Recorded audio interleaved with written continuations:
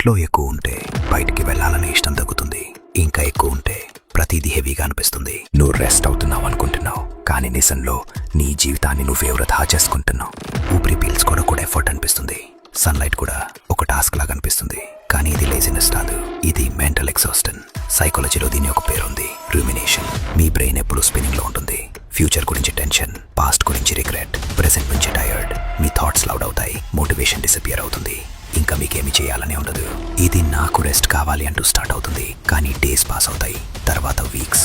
మీకు తెలియకుండానే మీరు ఒక మెంటల్ కేజ్లో స్టక్ అయిపోతారు. ఇక్కడ పైన్ఫుల్ ట్రూత్ ఏంటంటే, మీరు బెటర్ ఫీల్ అవ్వాలని బయటికి వెళ్ళనక్కర్లేదు. మీరు బయటికి వెళ్ళాలి, అప్పుడే బెటర్ ఫీల్ అవ్వడం స్టార్ట్ అవుతుంది. సన్లైట్లో కూర్చోండి, ఒక ట్రీ టచ్ చేయండి, 5 minutes వాక్ చేయండి. మీ నర్వస్ సిస్టమ్కు లివింగ్ ఎలా ఉంటుందో తెలియజేయండి. ఎక్కువ కాలం స్టక్ అయితే తిరిగి రావడం ఇంకా టఫ్ అవుతుంది, కానీ మీరు తిరిగి రావచ్చు.